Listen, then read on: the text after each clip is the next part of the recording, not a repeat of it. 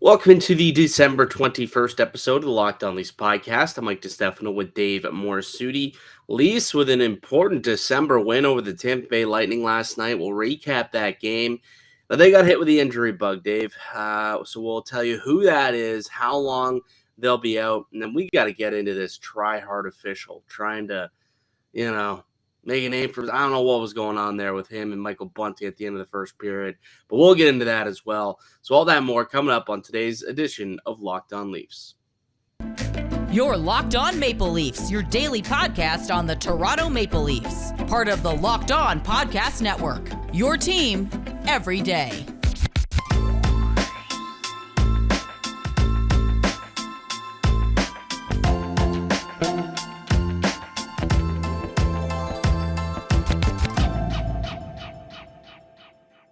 Hello and welcome into the Locked On Leafs podcast, one-stop shop for all things Leafs. I'm your host, Mike DiStefano from TSN 1050 Toronto Radio, also known as Al's brother on TSN's Overdrive and TSN 1050's Leafs Lunch. Joining me, it's my co-host Dave Morassutti from Sportsnet, also a writer for the NHLPA. Locked On Leafs is a daily Maple Leaf-centric podcast, so be sure to subscribe for free wherever you get your podcast from. You can also now catch us up on video on YouTube. Search up Locked On Leafs on YouTube. Hit subscribe.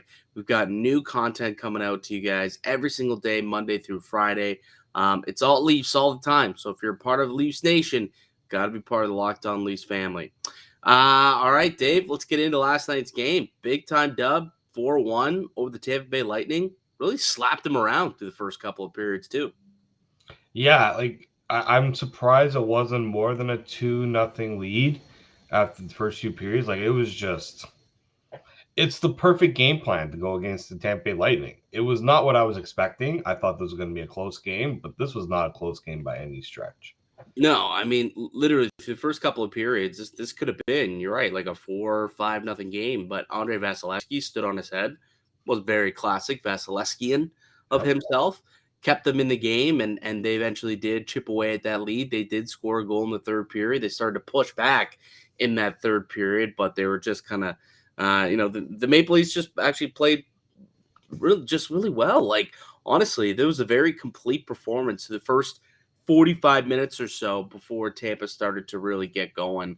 But I thought that the Toronto Maple Leafs actually were sound last night and proved, yeah, we're totally in your league. Like, that was a team that was coming in on a 5-game winning streak. Like, they had been playing some excellent hockey since the beginning of December. They were 7-1 in their last 8 games in December. Since Anthony Cirelli returned, that team had only lost 1 game. Like that was a good quality hockey team, and they had scored. I think it was during that win streak, that 5-game winning streak, they had won every game by at least 3 goals. Like, they were legitimately dominating teams before coming into Toronto. And, Sheldon Keefe had a good game plan. I think they did a good job just kind of neutralizing the Tampa Bay Lightning. They kept a lot of stuff to the outside. There was not a whole lot of opportunities that were given up, that they only ended up with 19 shots on goal. And at one point, the shots on goal was like 24-5. Like midway through the second period. And through the first period, they went like 10 minutes without allowing a shot on goal. It was a clinic what the Maple Leafs did against the Tampa Bay Lightning last night. Yeah, and there was times even in the third period where it looked like Tampa was pushing for the equalizer. Toronto had chances to put that game away. Austin Matthews had that ridiculous chance to go wide. Pontus Ulmerich hit the post. Like, it felt like one of those games where, like, the Leafs just had to avoid the bounce not going their way. Mm-hmm. I think that's what I liked about this game was that, sure, they were dominating. Tampa scores that 1 goal to pull close, and it didn't change. They didn't just turtle. The Leafs didn't turtle at the end there. They try to continue to do what they did in the first 2 periods. Of course, Tampa's going to have a bit more pushback when they get that 1 goal, but the Leafs did a good job, I felt, just not allowing it to completely change the momentum of the game completely. Yeah, and ended up with 14 blocks on the night as well. So, doing a good job of helping out Murray, getting in front of some pucks, not letting a whole lot of stuff through. Like, you look at the heat map, and it's not really all that dark in front of the Toronto goal. So they didn't allow any chances in front, which is kind of Tampa's bread and butter. It's a lot of, you go look at a lot of the goals that they scored in the playoffs. A lot of them were scored within, 15 feet of the net. And when you don't allow a lot of chances, a lot of opportunity, allowed only 8 high danger chances last night throughout the entire game. I mean, you're gonna bode well against Toronto. Only allowed 11 scoring chances against. Um, According to Natural Stat Trick at 5-5 last night. So good on Toronto. Good solid win. Pick up important 2 points. And it's funny, we talked about this yesterday. Just how weird it is. Sometimes, when you talk about hockey, you talk about the grind of a season. People say, oh, no one cares about a random Tuesday game in December. This was a pretty important Tuesday game in December. Like when it comes down to it, when you get down to the playoffs and when it comes to seeding, I mean, it's likely that these two teams are going to play each other in a 7-game series come April. I mean, unless Boston comes down to life a little bit here, but they just seem to keep chugging along. It's probably going to be Toronto 2, Tampa 3. And I mean, if they would have lost this game, Tampa would have been just a point back of Toronto, 1 or 2 points back of Toronto with a game in hand. So it was important for Toronto to get this, stretch that lead a little bit, and now you look at it, and they're in good shape, and you feel good if this has to be a 7-game series based on their performance that they had last night. One of the other big talking points that has come out of this game, though, was the whole Michael Bunting, Dan Kelly fiasco that happened at the end of the first period. I don't know if you have viz of it, or if we can pull it up quickly. But Michael Bunting, essentially, there was a skirmish at the end of the first period. If you missed the game, Marner got ran by, I'm trying to remember who it was. Bellemare, I believe. Bellemare, yeah, Pierre-Edouard Bellemare. Marner got ran by him, and they didn't like it too much. Although apparently it may have to do with a slash that had occurred. Sergachev gave him a little hack on the hands a little earlier in the game.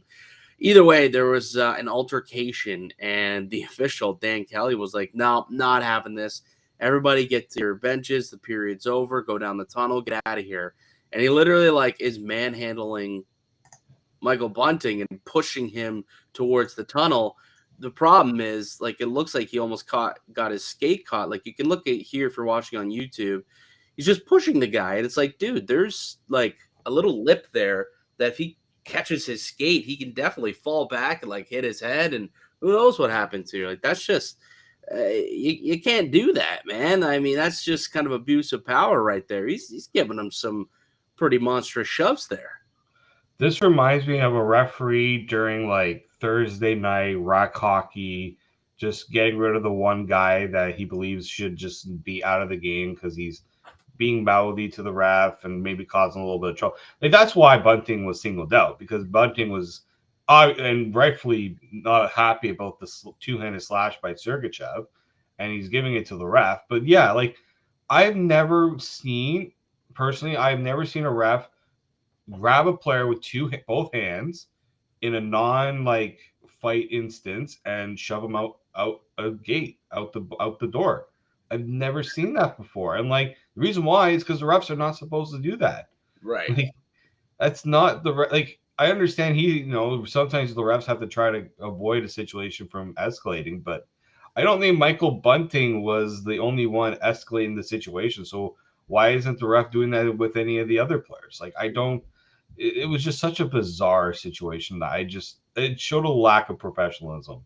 Yeah, it totally did. It totally did. And I mean, Bunting's a guy who obviously, he has a reputation of being a pest in the NHL. So I guess grabbing him from the scrum is something that maybe officials, just based off of reputation, like to do, want to get rid of the problem, the root of most of the problem. And maybe that's what was going on in his head, but certainly it just kind of stepped over the line for sure on that one. So hopefully that doesn't happen again. I do believe Darren Dreger said afterwards there's probably not going to be any like actual supplementary discipline. He'll get a little talking to from the head of officiating and saying, "Hey, look, man, you can't be doing this. That's just not right." Imagine if the shoes were on the other feet and you had a guy, Michael Bunting was manhandling you. You want his head on a platter, like it's a two-way street, right? There's got to be some respect there between the officials and the players. You can't be doing that. And I'm sure he'll come out and probably do a personal apology and maybe a public apology via statement through the officials department, or I don't know really how it works, to be honest with you. But I would imagine that if Dan Kelly, if refs actually did post-game interviews, which for years we've been asking for that for many, many reasons, I'm sure he would have apologized if the camera was on him last night, because clearly I think that's not what you want to be doing. It's not a good look. Not a good look at all for officials and for Dan Kelly himself. All right. Why don't we take a quick break here, Dave? And when we get back, let's do our 3 stars of the game. And also, we got to update you on the injury that occurred in last night's game. The Maple Leafs just can't seem to stay healthy. The blue line continues to take hits, and Rasmus Sandin is the latest. So we'll tell you about that. We'll tell you how long it's expected to be out, the severity of it, and we'll go through our 3 stars on the other side. But first, BetOnline is your number one source for sports betting info, stats, news, and analysis. Get the latest odds and trends for every professional and amateur league out there, from pro football to college bowl season to basketball and World Cup. We've got it all at betonline.net. If you love sports podcasts, you can even find those at BetOnline. With the fastest and easiest way to get your betting info, you can head to the website today or use your mobile device to learn more. BetOnline, it's where the game starts. Welcome back into the Locked On Leafs podcast. I'm Mike DiStefano with Dave Morassutti. We are hosts here at Locked On Leafs. Toronto with a 4-1 win over the Tampa Bay Lightning. It did come there was a loss, I guess, within the game is what I'm trying to say here. Rasmus Sandin, unfortunately, have been playing some excellent hockey, Dave. I mean, ever since he and Timothy Liljegren have had to step up and really take over as top 4 defensemen in a way, he's been playing some really excellent hockey. So an untimely injury for him. It's considered a neck injury, and at this point, Sheldon Keefe said, "I'd say it's more precautionary more than anything. We're going to need some time for things to settle to know exactly what is happening and what his status might be." So not necessarily much of a real update on the injury, but a neck injury, which sometimes, who knows what that means. It's a very vague statement, especially when you say we need to evaluate some things. It's precautionary. It's like, well, it seems a little more than just that, but hopefully it's not too serious, because, Sandin is really coming into his own as a player for the Maple Leafs. He was, like, him and Liljegren have been a great pairing ever since all the injuries were happening. The thing you don't like is that everything was kind of just falling in line for him. He was kind of the scapegoat to start the season. A lot of negativity towards his play and the fact that he, sat out and hoping for a better contract. And no one has had a bad thing to really say about Rasmus Sandin over the last month and a half. Like, and this is what we've been looking to see from these young players. Problem now is it's going to throw everything into flux, right? Like how the defensive pairing is going to change.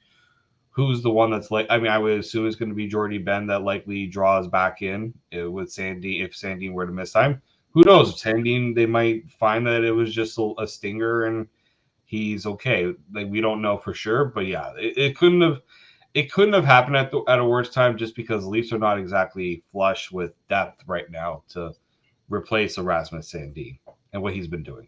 Yeah, so we'll see what ends up happening there. Again, hopefully it's not a long-term thing. Hopefully, it's as precautionary as Sheldon Keefe called it yesterday. and he won't miss too much time. I would imagine maybe out of precautionary reasons, he sits out the game against Philly tomorrow and potentially just give him the whole Christmas break an opportunity for him to rest up and be ready to go for after Christmas and when play resumes and they can get back at it when they play the 27th, I think, 27th to 28th. So that would be my guess, but I guess we'll probably find out more when Sheldon Keefe speaks at practice later on today.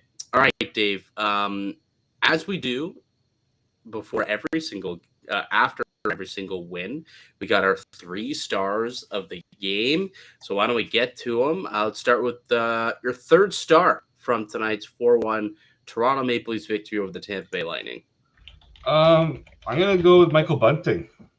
Just keeps on putting up points, keeps on putting up. I picked him up in fantasy. That was a great ad, kind of middle of his point streak. So happy that he has continued to put it up, and he continues to also be a pest. I love it. I just love that he's in the middle of everything. I didn't like the fact that there was no call on the Sergachev two-hander. Like, we're just allowing players to two-hand slash a guy right in the midsection. Like, really? And the Kucherov play also I was really not happy with. But he's drawing this types of reactions from the other team. If he's getting under the skin of Sergachev and Kucherov, he's doing his job and also scoring. So got to give Michael Bunting some love there. Yeah, absolutely.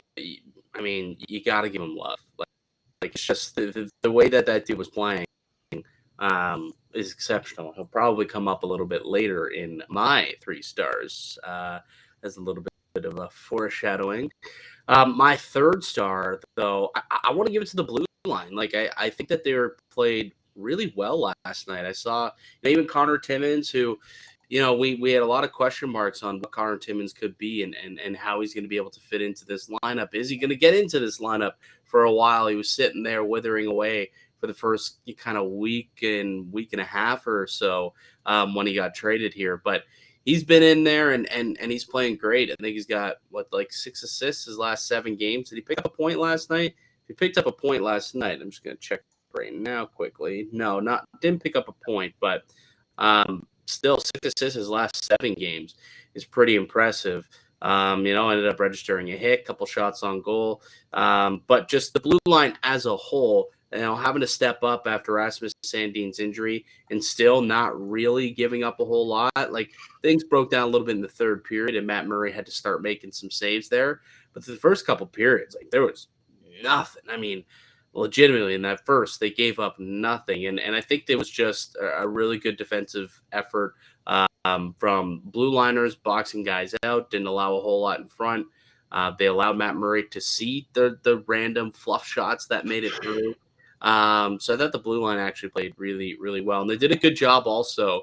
When we talk about the blue line, we usually talk about how much they're defending. But, kind of the secondary job, I guess, of the blue line often is to start the breakout. And, they were moving the puck pretty well. Like, the second it got on their stick, they were finding the outlet and getting on the counterattack.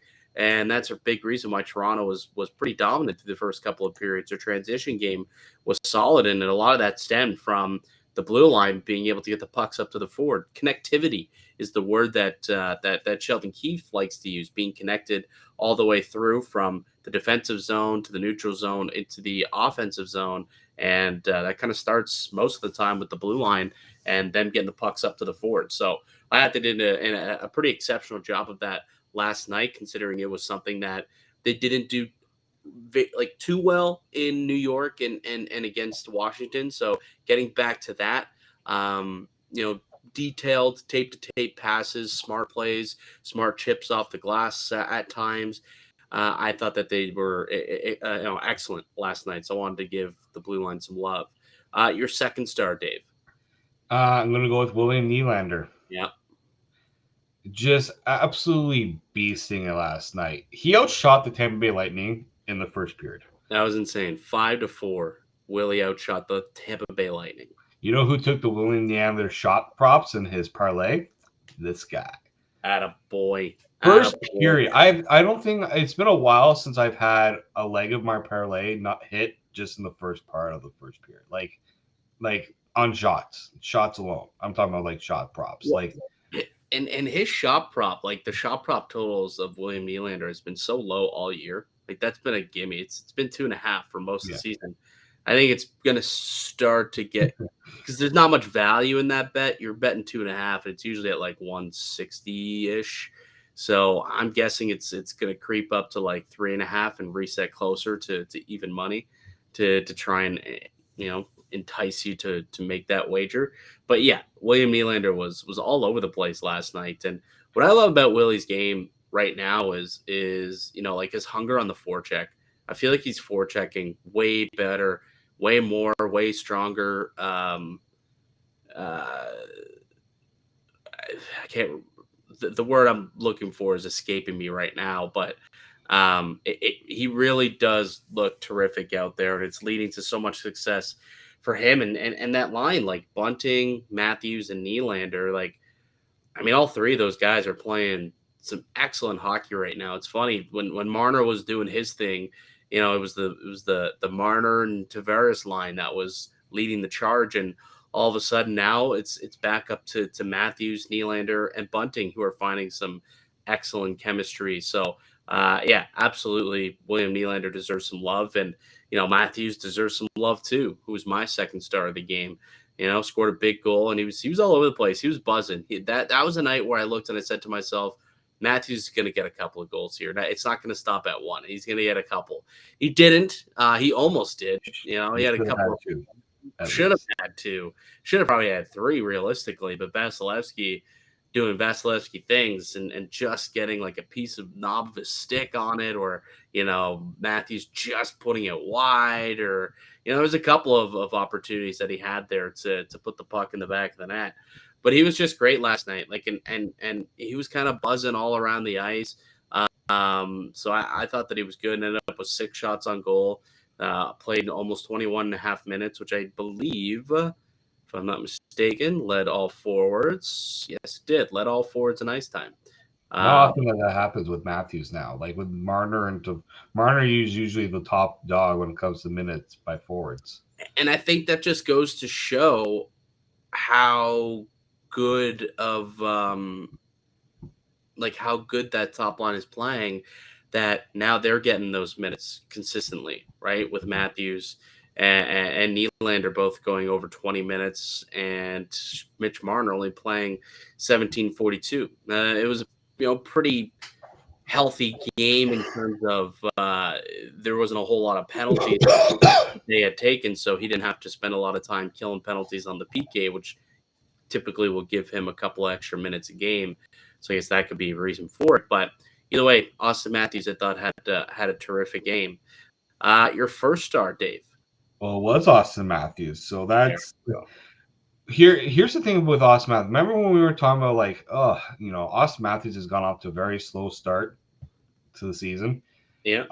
Looking back at his numbers, so October, a 6.3 shooting percentage, 3 goals in 10 games. November, tore it up, 9 goals in 15 games, 16% shooting percentage. In December, he's at 5 goals in 8 games and an 11% shooting percentage. I think it's safe to say we're about to see an Austin Matthews goal explosion come. I think he's not doing it, in the bunches that we saw last year, but he's been consistent the last 10 games. I think in his last 10 games he hasn't. I think he has 8 goals or something like that, 7 or 8 goals. Yeah. He's consistent, and that consistent. Sorry, that consistency will, I think, eventually lead to him kind of really exploding a bit. The Leafs are gonna have a bit of an easier schedule the next few games. I mean, they got Philadelphia, who's in the Connor Bedard Bowl right now. I believe they have the Coyotes coming up. We know that, and that's going to be in Arizona. So that's usually a pretty good omen for Austin Matthews. There's some tough games in between there with St. Louis and Colorado, but I think Austin Matthews I think this is a perfect stretch for him to go on a bit of a goal scoring tear. Yeah, I mean, it was after the new year.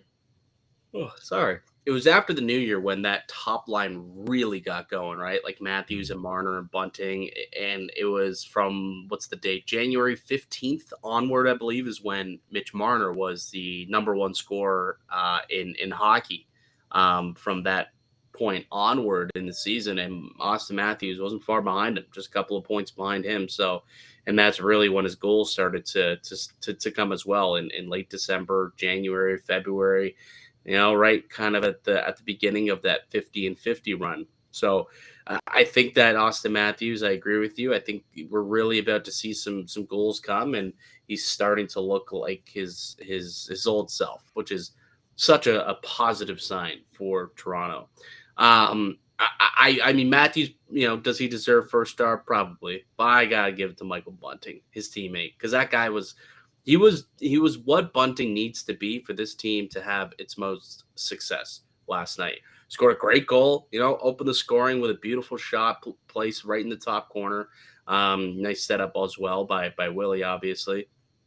But, Bunting, when this guy is all over the place, he's a pest. He's chirping at you. He's, in everybody's grill. He's scoring goals. He's also in on the forecheck and he's back check. Like Michael Bunting was doing a little bit of everything last night. And when he's able to do that, it really does help this team. And it reminded me how much we missed it last year in the playoffs because some people might forget, but Bunting was just coming back from an injury. We don't know what that injury was either. Right. And he was probably rushed back from that injury and wasn't playing healthy in the playoffs, and it kind of showed. And he wasn't as effective as he could be or is. And we're sitting there thinking, we thought it was going to be, Bunting in the playoffs. Thought that was going to be something that would really work out for the Maple Leafs, but it didn't really. And it's because of that injury. But healthy last night, you saw how much of a pest he can be against the Tampa Bay Lightning and how that can influence and factor into a game. We're just praying that this guy can be healthy for when the puck drops in late April. If these two teams are embarking on a 7-game journey, that Michael Bunting is healthy and he can factor in much of the way that he did last night. Well, as long as referees aren't, tossing him around and right. trying to injure him, then I think we'll be okay on that front. I love the amount of times that was shown like on replay too. Just knowing the expletives that were coming out of his mouth as he was getting shoved and pushed around. And they're just like, okay, we're going to show this a million times because it's awesome and it's worthy of doing. So, Michael Bunting, I thought, deserved it. But honestly, like that top line as a whole, like deserved it. Or if you want to say the whole damn team for the first 2 periods of the game, I mean, you can give it to the whole damn team. I mean, we didn't even talk about Matt Murray, who – I guess you could receive an honorable mention. Matt Murray in the third period, right? Like first couple periods, he was pretty quiet, didn't have to do a whole lot. But the third those are not easy for goaltenders, those quiet 5 shots through 2 periods sort of things. That's not easy for a goaltender to go through. Yeah. No, like a goalie will tell you, they want to see action. They want to see rubber. They believe that they're played better when they get a little bit more, a little more action. It's not easy doing that. So, so we'll give a little honorable mention, I guess, to maybe Matt Murray in the third period, who had to make some more stops. And I believe the expected goals in the third period was like over a goal? I believe it was over a goal as I saw. 0.66. So it was their best period, but still wasn't wasn't overly terrific, I suppose. They had 9 scoring chances in that or 5 scoring chances rather in that third period, 4 of which being high danger chances, which was the total of these first and second periods as a whole. So 11 shots on goal also through that first period for the Tampa Bay Lightning. All right, good stuff, Dave. They're back in action Thursday. They've got the Philadelphia Flyers in the next gen game. So it's a 2:00 start, a 2 p.m. start, Dave. So, we'll be able to watch that game, I suppose, if you're lucky enough. If you get it off work or if you're working from home or whatever you're doing, throw the game on. Reminder, it's at 2 p.m., not a nighttime game. So just a quick note, I guess, and we'll tee that game up for you guys tomorrow. We'll make sure that we have it up early in the morning, so that you can have more than enough time to listen to the pod, get the full breakdown prior to pod drop. That'll do it for us here today, though, on the show. I'd like to thank you guys so much for listening and supporting the show. You can subscribe to the Locked On Leafs podcast on all podcasts and platforms. Also, subscribe to us on YouTube as well. The numbers have been going up, so that's a positive. People are finding us, but you can go ahead and share the content with all of Leafs Nation. We want to get as many of you guys subscribed as possible, because although we're getting lots of views, thousands of views, only about half of them are coming from subscribers. Meanwhile, we're getting a lot of continued views. That doesn't add up. Got to subscribe. All right. We'll be back with another episode tomorrow, though, guys. Leafs and Philly in the next-gen game. I believe they'll be wearing the black Bieber jerseys, which will be pretty sweet. But until then, keep it locked right here on Locked On Leafs.